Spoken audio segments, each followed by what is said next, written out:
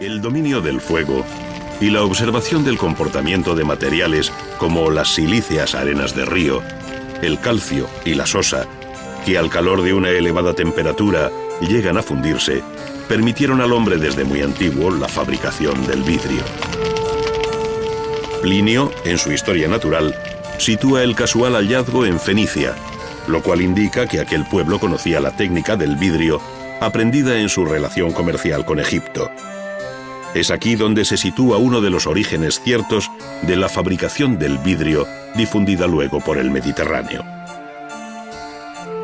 La construcción de unos hornos adecuados para alcanzar la temperatura que requiere la fusión y mezcla de las materias primas en los crisoles es requisito previo y fruto de una experiencia que apenas si varió a lo largo de la historia. Entre los hornos romanos, los consejos dados por el monje Teófilo en la Edad Media y los grabados de la Enciclopedia Francesa del siglo XVIII, hay una ajustada correspondencia que en parte se debe a la repetición de un mismo proceso.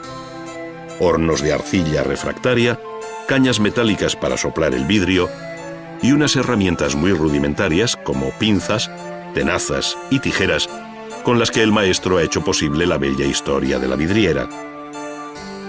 En esta, finalmente, confluirán la habilidad del artesano y el talento del pintor. En cada vidriera se transparenta la mirada del artista que concibió su composición, dibujo y color, comenzando por el reparto de la figura entre los distintos vidrios que, como en un mosaico o puzzle, compondrán la vidriera completa. Para ello, el pintor, en su taller y sobre la mesa de trabajo, traslada al papel, al tamaño que definitivamente tendrá la vidriera, el modelo que tiene ante sí, comenzando en este caso por la cabeza de una figura femenina. Después de encajarla, se refuerza el dibujo en sus líneas de contorno e interiores que servirán de base a todo el trabajo posterior, iniciando igualmente el modelado del rostro.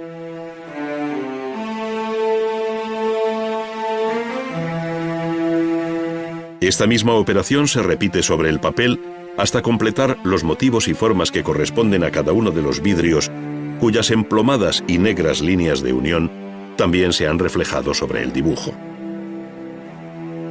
La magnitud de la vidriera exige colocar el papel sobre un caballete, como si de una gran pintura se tratara, retocando aquí y allá hasta completar en una amplia gama de grises, tendida entre el blanco y el negro, la que será imagen definitiva o cartón de la vidriera, aunque todavía no haya hecho su aparición el color.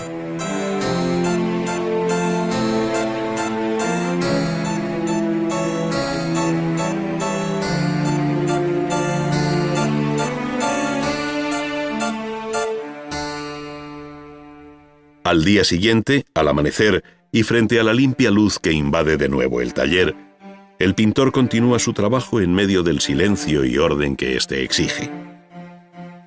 Primero extiende sobre la mesa una suerte de mapa mudo de la vidriera en el que están dibujadas sus piezas. Después, a contraluz, escoge de un muestrario el color que señalará a cada vidrio, escribiendo su nombre sobre el papel o poniendo una marca equivalente como se hacía en la Edad Media. Recorta luego cada fragmento por la línea que más tarde ocuparán los plomos, de tal modo que cada uno de los papeles servirá de plantilla individual bajo el vidrio del color seleccionado. Provisto de una punta de diamante, el maestro lleva el instrumento de corte sobre la línea exterior que corresponde a cada vidrio y así, con la misma seguridad con que estas manos antes dibujaban, ahora siluetean y cortan uno tras otro los quebradizos fragmentos de vidrio laminado.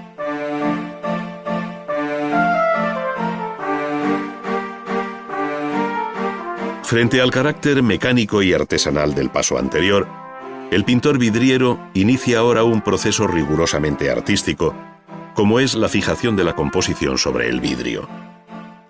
Es, en definitiva, el comienzo de la pintura verdaderamente dicha sobre el soporte que le es propio, el vidrio, y por un método igualmente singular, esto es, por transparencia, dejando en positivo la base lineal del dibujo del cartón. Para ello, cada maestro utiliza su propia técnica con mucho de escondida receta, de modo que tras calcar el cartón y cubrir la superficie del vidrio con una sustancia negra adherente, comienza a marcar los campos de los que va a eliminar el oscuro fondo con pinceles de corto y duro pelo. Da la impresión de que el pincel se dispusiera a dibujar de nuevo, pero lo que realmente está haciendo es rascar la superficie para dejar en negro las sutiles líneas del dibujo final. El modo de asegurar la permanencia del dibujo sobre el vidrio es someterlo a la cocción en un horno que ya no tiene las dificultades del antiguo horno de leña. Con un potente horno eléctrico que permite alcanzar la temperatura deseada, se garantiza sin esfuerzo y con limpieza la vitrificación del dibujo, que al enfriarse ya se ha hecho solidario con el vidrio.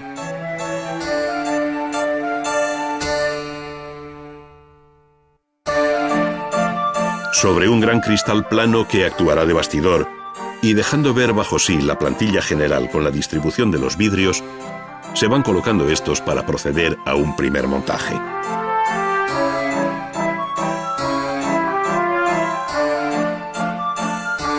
Con una pasta líquida y caliente que al enfriarse se endurece, se van uniendo los vidrios entre sí y estos con el bastidor, de tal manera que permita poner vertical la vidriera y pintar sobre ella.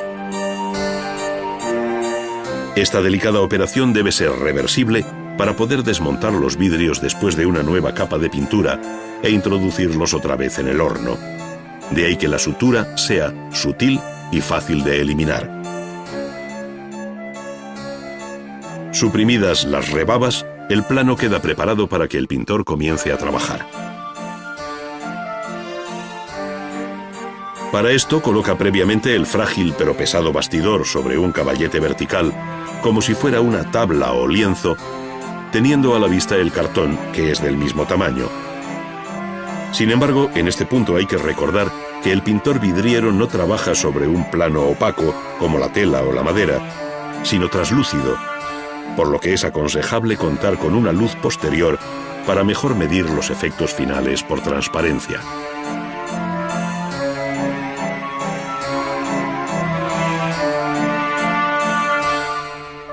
La preparación de la llamada grisalla, que aquí consiste en una mezcla de finísimos polvos de tierras calcinadas con algo de hierro y amasada con agua y diluida más adelante con vinagre, no difiere mucho de la receta dada en el siglo XII por el monje Teófilo, quien, en su tratado sobre diversas artes, recomendaba combinar polvo de cobre, partículas de vidrio y safir griego, todo bien molido, mezclado y finalmente diluido en vino u orín. El resultado es una especie de tinta negruzca, con la que se cubre toda la superficie de la vidriera, adhiriéndose a ella después de varias manos.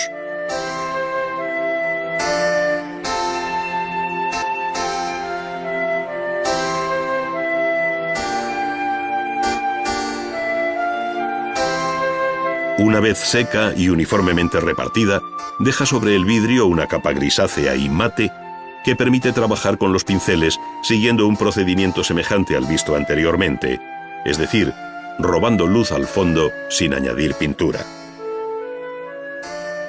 Así, paradójicamente, con la grisalla puede decirse que el pintor pinta sin paleta, al tiempo que utiliza una amplia serie de pinceles con los que perfila, modela las formas y matiza el color, pero a base siempre de rebajar los fondos o de mantener la grisalla.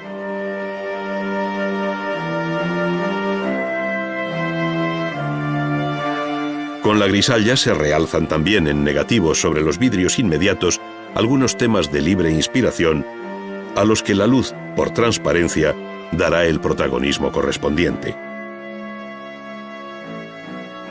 Nuevas capas de líquida grisalla sobre la anterior permiten aumentar la gama de grises de tal modo que el pintor, con talento y un asombroso dominio del arte, acariciando el vidrio, es capaz de alcanzar sobre este cuantos matices plasmó en el cartón. Habitualmente la distancia que separa al espectador de una vidriera colocada en lo alto de una catedral impide apreciar en su justo valor la belleza que aquella encierra.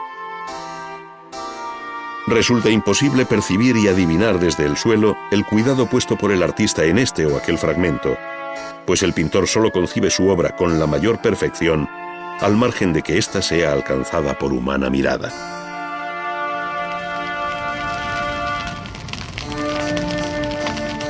Las operaciones vistas hasta ahora se han hecho por una cara del vidrio, esto es, por la que mira hacia el interior del edificio donde la vidriera estará siempre más protegida.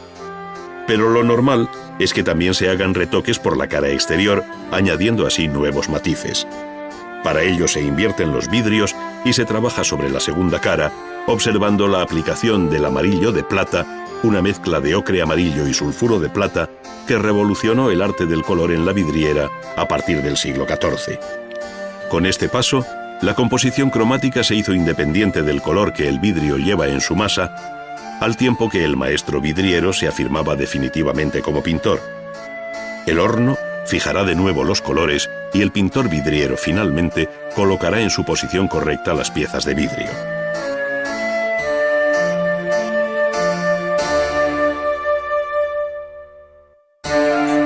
Los muchos oficios que en el arte de la vidriera se juntan obligan a volver de nuevo al fuego, esta vez para fundir el plomo que se requiere como elemento de unión de lo que hasta ahora no es sino una serie invertebrada de vidrios sueltos. En unos recipientes apropiados y después de un proceso en el que se han ido separando las impurezas que le restan maleabilidad, el plomo se mantiene en estado líquido. Con unos cazos, los ayudantes del taller vierten el plomo en ingeniosos moldes ideados expresamente para este fin, de modo que al enfriarse y desmoldar queden unos lingotes que luego conocerán un proceso de sucesivo refinamiento hasta dar con la sección y perfil deseados.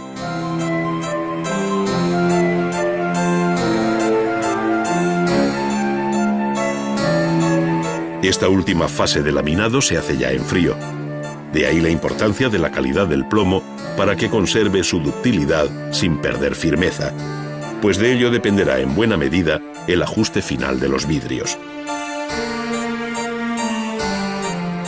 Los finos lingotes, debidamente lubricados con aceite, van pasando uno a uno por el torno en el que unos calibres determinan la sección elegida para los plomos, siendo característico el perfil en H como resultado de las dos acanaladuras que se necesitan para montar sucesivamente las piezas inmediatas de la vidriera.